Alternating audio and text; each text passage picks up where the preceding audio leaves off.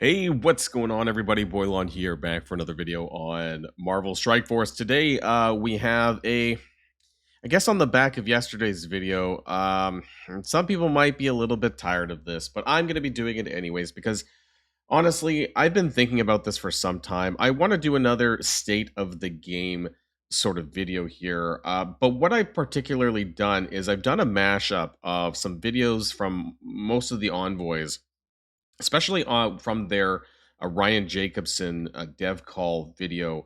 Some parts of that made me really wonder where the direction of Marvel Strike Force is headed and whether or not we're slowly sliding into maintenance mode territory. Now, I'm not suggesting at all in this video that the game is not dying. It's actually doing fairly well financially for now. And that's fine. But as far as what we're getting in Marvel Strike Force, I've been more bored than I have ever been, I think, in MSF. In this chapter 2, for me personally, has been, I think, pretty boring. And so we need to kind of take a look under the hood here and see what is going on with this game. Now, we also have a promo code, which I'm going to share at the beginning of the video as well, if you missed it. So if you're ready to go, let's boil this down.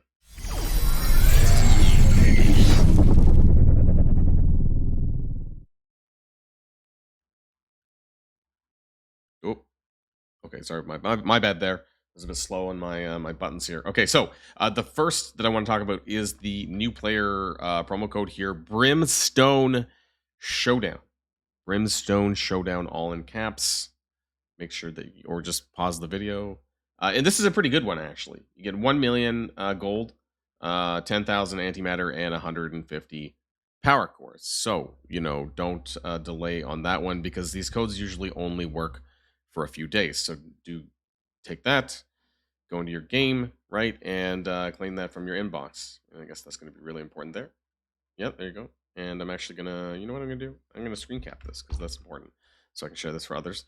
And then also, I want to do another update because we're doing this daily, it seems now. We're at least as of recording, by the time this goes out, it's probably going to be like 1 day, 8 hours anyways. And where am I? Oh, I'm bumped back again, but that's fine. I was wondering whether, I don't know if I will, right? Will I maintain my top 1,000? Because I guess at this point, I'm in the 501 to 1,000.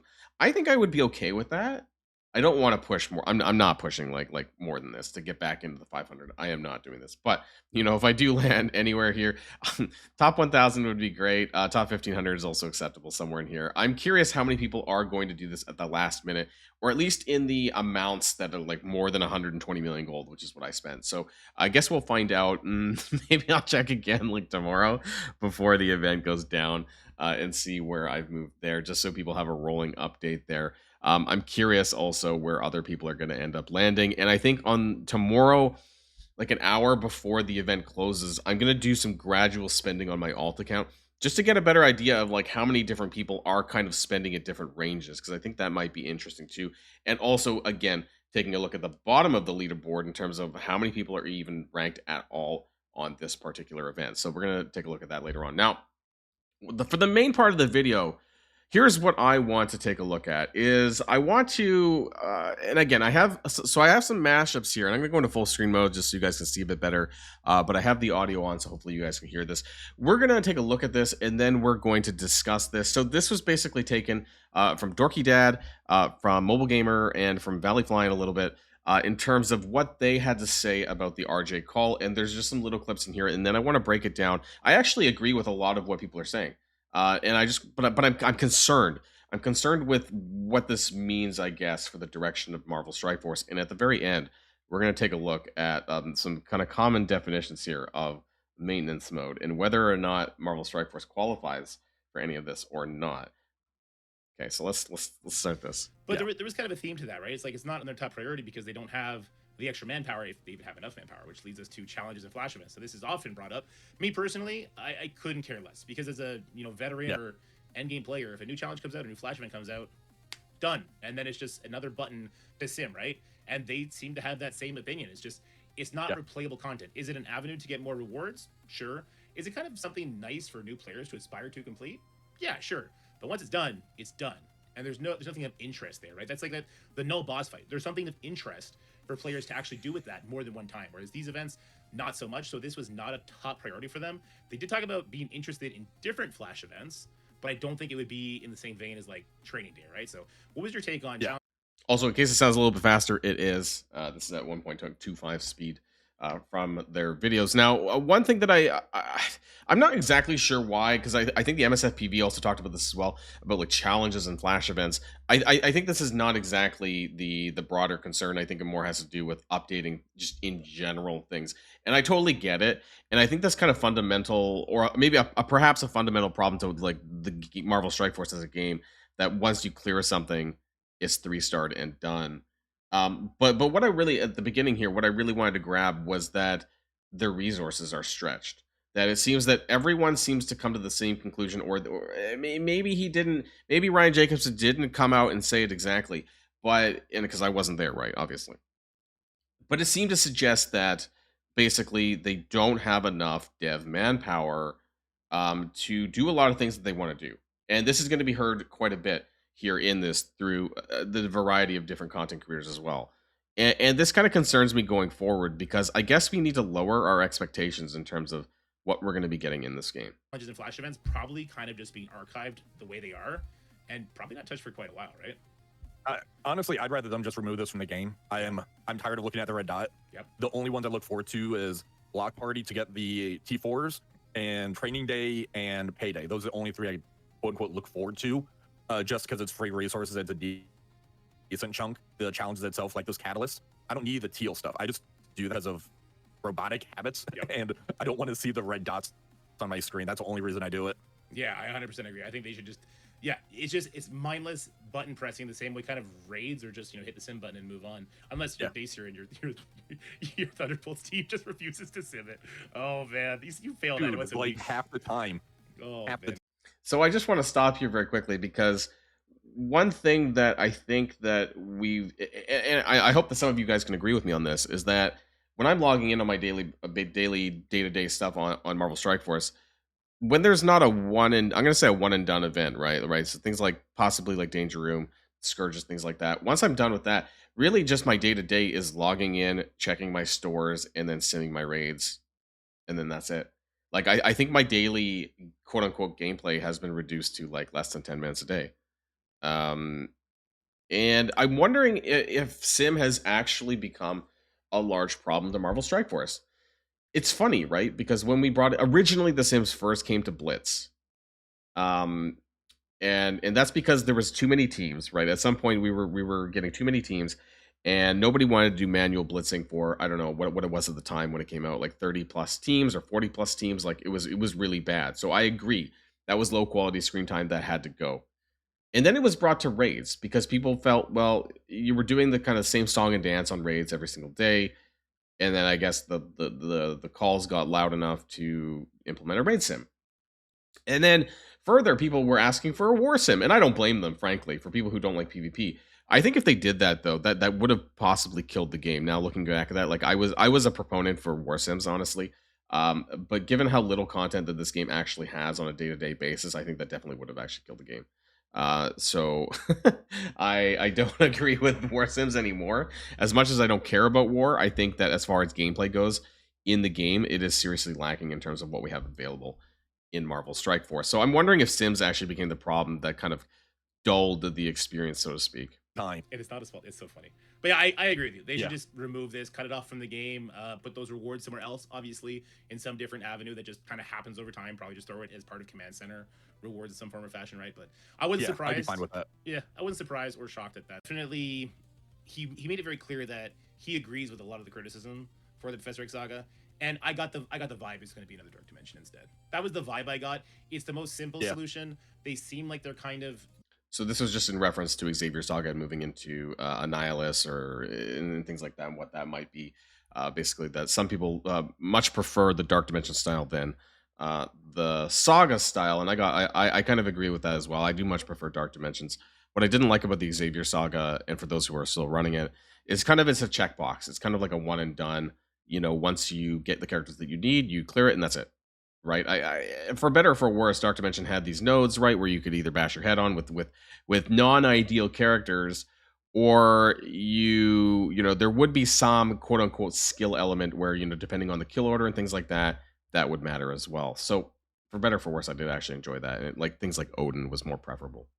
Down on manpower as far as making interesting content. So to try and make like not a new game mode, but some sort of mashup of the two game modes, the Saga and the Dark Dimension, I don't think it would be a high priority to do that when they know that Dark Dimension works. They know that people, maybe not myself, but people do like Dark Dimension. They get in there, and even if you bring the wrong characters, as long as you hit your head against that wall enough, like you'll break through. You might have a headache at the end of it, but you will get through. Yeah. I am a little concerned with how often, and the others will say it as well, how often they talk about not enough manpower, whatever dev manpower over there at the Boundless offices for the game. Because it just, I'm surprised they actually managed to come out with Danger Room, and that's probably what's keeping the game alive a little bit longer, because I actually do enjoy Danger Room. They did a really great job, so kudos to them for that. But as far as like in a position of Marvel Strike Force where there's not a lot of actual playable content, Danger Room, without Danger Room, I think that things would be significantly worse. So I think it's probably going to be a Dark Dimension, personally.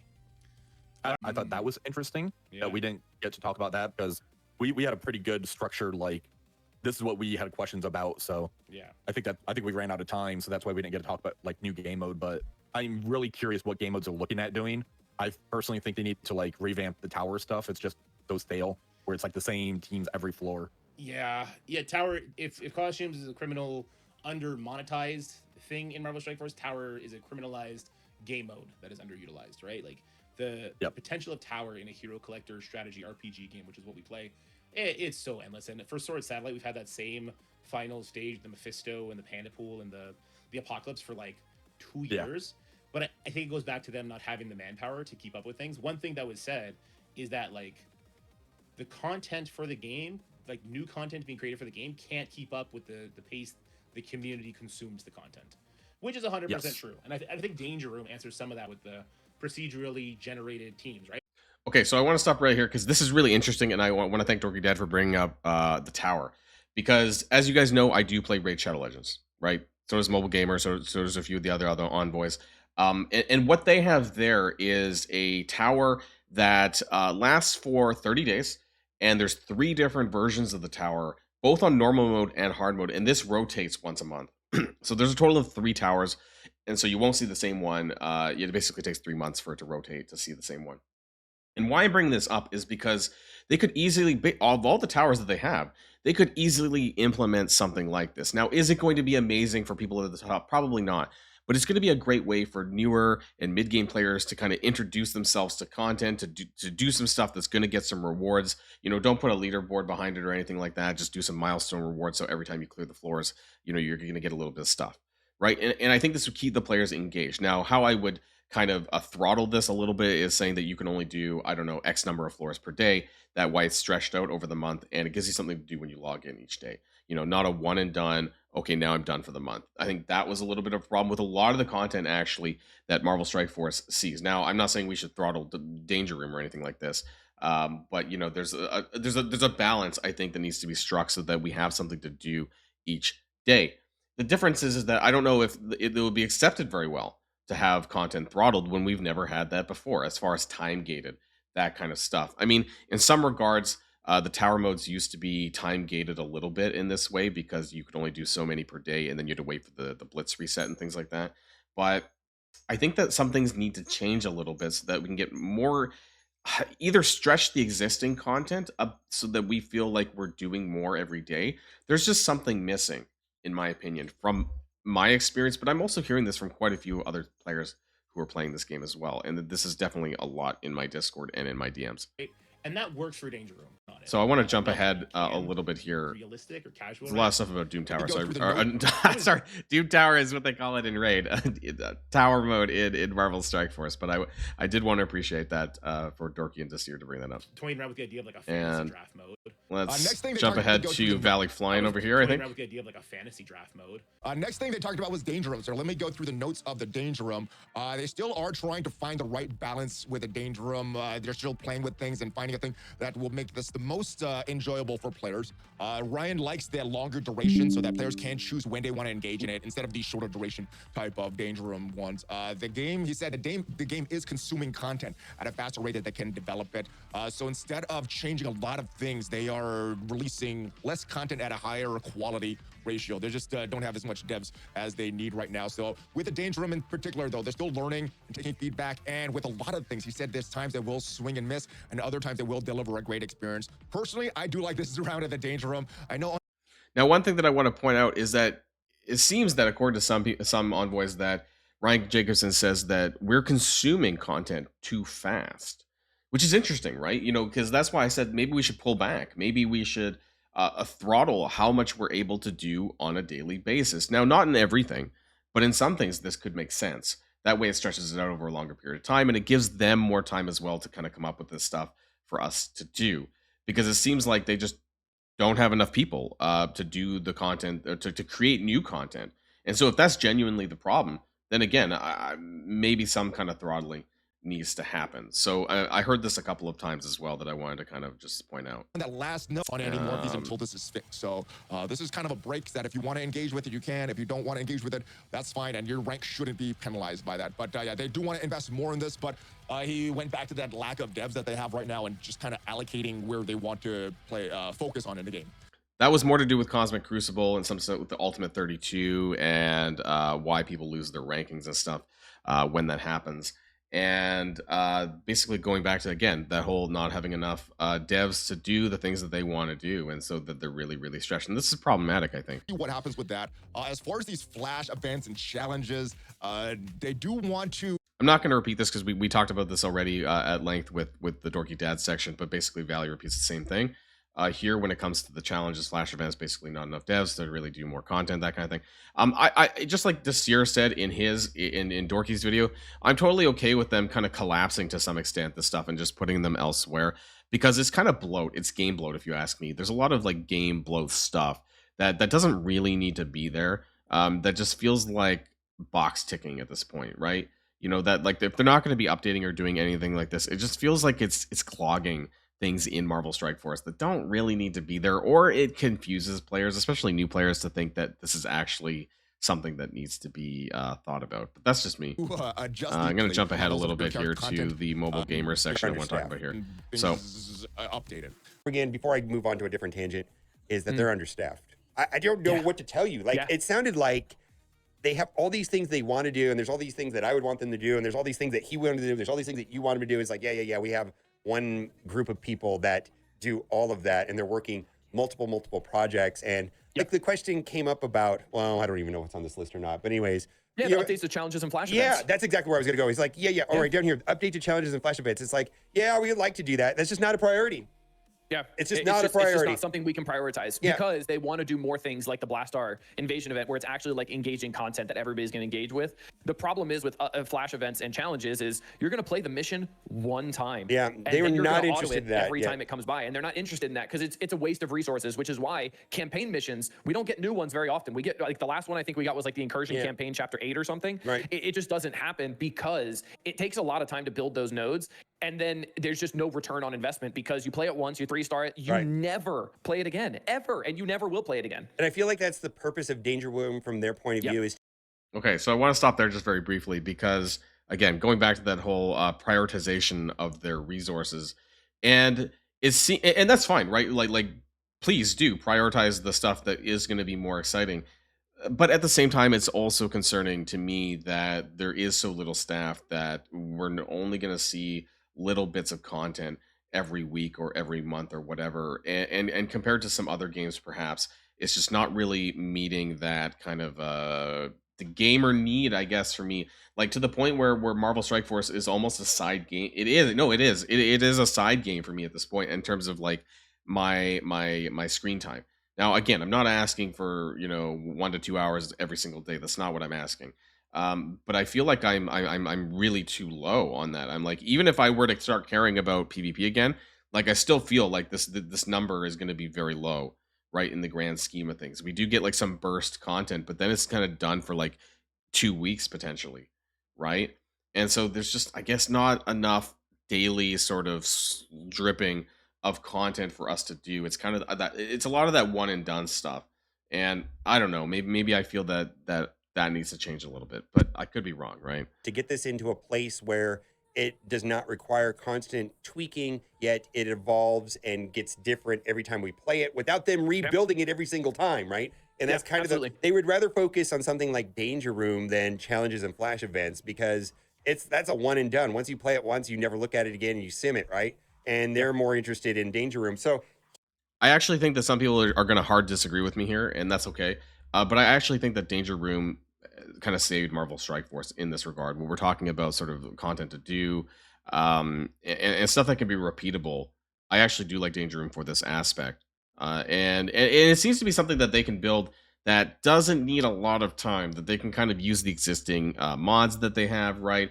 And just chuck a variation of Danger Room out there and kind of do something a little bit different. Like I don't know how much time they have to spend on each version of this, but I would hope that eventually at some point that they can just kind of I don't know, automate it at some point, like do a randomization of some degree and just have a different set of characters that you're using, and that's all, and then go, right? That's what I think anyways. And so I'm not going to finish the rest of it. We're getting a lot of the same similar feedback from a lot of the envoys there, and that's going to lead me to not that, but it's going to lead me to this. Now I had basically, you can see it, right? Because I screwed up my face cam here, so let me move back down to the bottom here. So I had asked basically ChatGPT, what's the modern definition of maintenance mode? And I understand ChatGPT. I'm kind of lazy here.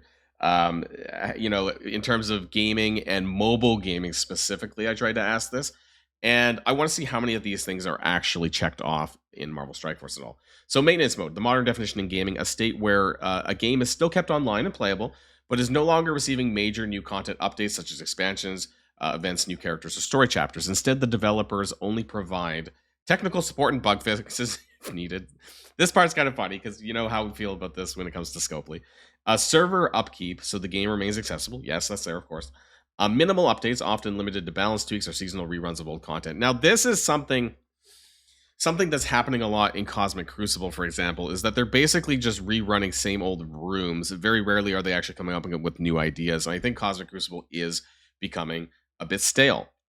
And for War, they're basically doing the same thing as well. Now, there's apparently a War 2.0 coming around, so I hope that that's going to be a lot better than what we currently have in Alliance War right now. But they're basically just bumping up the stats of teams, the flavors of the month teams. And that's not really hard to do, in my opinion. So I would say this is pretty minimal as well for the moment. It essentially means the game is being sustained rather than actively developed. The game is still being developed. I'm not going to deny that. It's just that I feel that there's some parts of this that are true. So key traits of maintenance mode in live service mobile games. No new major features. So there are features, I get. Features, like we have Blue Marvel, right? And so there's going to be his event, right? And so is that a feature, though? Is Purple ISO a feature? Is 4 and 5 a feature? I would say not, because it's already been around. ISO's been already around. They just need to slap a couple of numbers on there. I don't think it's that difficult for them to do, right? I guess Overpower was a feature, right? Which got rolled back. So that's something there as well. But I feel that new innovations have definitely slowed down, with the exception of Danger Room. And thank F for that, because I feel that it did kind of save the game a little bit. 2, recycled or rerun events. That's definitely true, right? Previous limited time events or banners may return instead of new ones being created. I wouldn't say completely recycled, but the ideas and things are definitely being recycled. And that's fine, actually. Please bring back tower mode, right? In a different form or whatever. I think we just need some more stuff to do. Stable revenue support. The monetization usually remains active, which it is, but the studio is not investing heavily in growth. I would agree with this part, because I don't think that they are. I think that they're just carrying on with the status quo. I know that they're trying to bring in new players more than maintaining people at the top. You might have heard other people say this, maybe not, but you're going to hear it from me. And I think that Scopely is basically caring more about getting new players in to spend, new Krakens, new whales, than they do about keeping the ones at the top happy. That's just my thoughts. There's a lot of evidence to support this as far as what they're doing in game. They're pushing people to the top with XP and command centers, and they're trying to get people to the max level as fast as possible. Screw the journey. It's all about the destination in Marvel Strike Force now, getting up to the top so that you can engage in that new content and be basically a new player Kraken. That's what they want. A smaller or retired dev team. The core development team may move on to other projects, leaving a skeleton crew for support. Now, I don't know, right, how many of these people moved on, but we do know that they're basically running a skeletal crew at this point, because it's been confirmed essentially by every single envoy.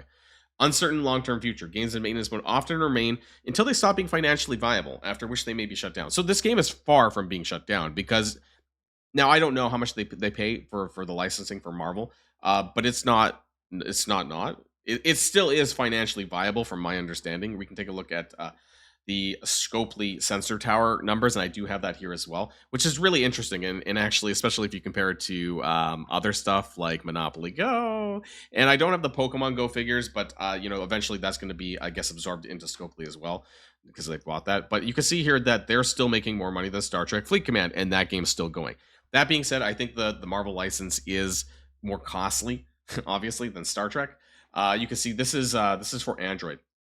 So this was updated 4 days ago with 2 million Android revenue with 500,000 downloads. They get a lot. That's a lot of downloads. I think that they function a lot on basically. You might have seen on Twitch, right? They have these Twitch streamers that kind of advertise the game for like downloads, and you've heard me talk about leaderboard numbers and stuff on other videos. That I think there's a lot of these fluff accounts that are floating around. Regardless, I mean, they're still making 2 million off the app. We'll talk about the other app stores and the web store. This is the Apple store. So again, sorted by revenue, they're making about $2 million here with only about 60,000 downloads. So the vast majority of downloads is actually coming from Android and I guess emulators and things like whatever it is, right? There's more Android users out there. So combined between Android and iOS, that's about 4 million or so. Actually, this hasn't been updated for 28 days, so maybe there'll be a new figure, but I doubt it's going to be drastically different from this. And we could, at the maximum level, figure that with the web store that they're making maybe double the combined of Android and iOS. Let's just say for sake of argument. So an extra 4 million, that would make it 8 million. I don't know if it's that high, right? We won't know. But let's just say, for sake of argument, that it's 8 million monthly. So that's still pretty good, right? And I just want to say right out there that Marvel Mystic Mayhem, which is basically dying. Yeah, I finally quit my channel over there because the game just is basically dropping dead after 3 or 4 months. Marvel Future Revolution waiting to happen. And they're at like their peak. Marvel Mystic Mayhem's peak was 2 million monthly. It was pathetic. It was sad. So the fact that Marvel Strike Force is getting anywhere from like 4 to 8 million dollars per month is still enough to be financially viable. But there has been some concerns that I've seen personally, which is why I wanted to make this video. And yeah, I know a lot of people aren't going to agree with me here, but I guess I wanted to put out something slightly contentious and kind of like stir the pot a little bit and get people to talk, right? I'm getting a little bit bored. That's it. Like this chapter 2 has been pretty boring for me, so I really hope that things improve. Whether it's in chapter 3 or in November and beyond, I'm just not having as much fun as I used to have. Right, and I'm wondering if it has to do with a lot of this lack of resources that they're able to put into a variety of parts of Marvel Strike Force. This video went on a lot longer than I actually thought it was going to be, but for those of you who made it towards the end, kudos to you, and I would really love to know what your thoughts are, especially if you've been playing the game for a while, if you're a veteran player, and how you felt that things have kind of progressed, right? Let's say pre-Xavier, post-Xavier, depending on what kind of player you are. I want to hear from all of you, because I feel like this is impacting the game. YouTube numbers collectively between myself and other envoys are down like 30 to 40%, even when the last 6 to 8 months. And I do feel that basically that in a lot of ways that it's the players at the top that are kind of leaving. The active players who care about content, who consume the content like mine, like theirs, right, are leaving the game in favor of maybe these hyper casual players. Marvel Strike Force moving into a more hyper casual environment where maybe you only play for like 15 minutes a day, and that's what they want. Maybe that's the kind of direction that the game is headed in. And I guess for some that's fine, but for me, who wants to play the game a little bit more seriously, who wants to kind of do a little bit more, I accidentally hit the spacebar and that somehow landed there. I just want some more stuff to do, I guess, at the end of the day. So that's going to be the end of the video. This went on for a while, but I'd love to hear how you guys feel in the comments down below. Please leave a comment on that. Anything that I said in here, if you agree or disagree, I'd love to hear it anyways. That's it for now, everyone, and I'll see you guys all in the next video. And if you like this video, make sure you hit that subscribe button if you haven't already, and you'll be greatly helping out the channel. Have a great day, and I'll see you guys on the next one.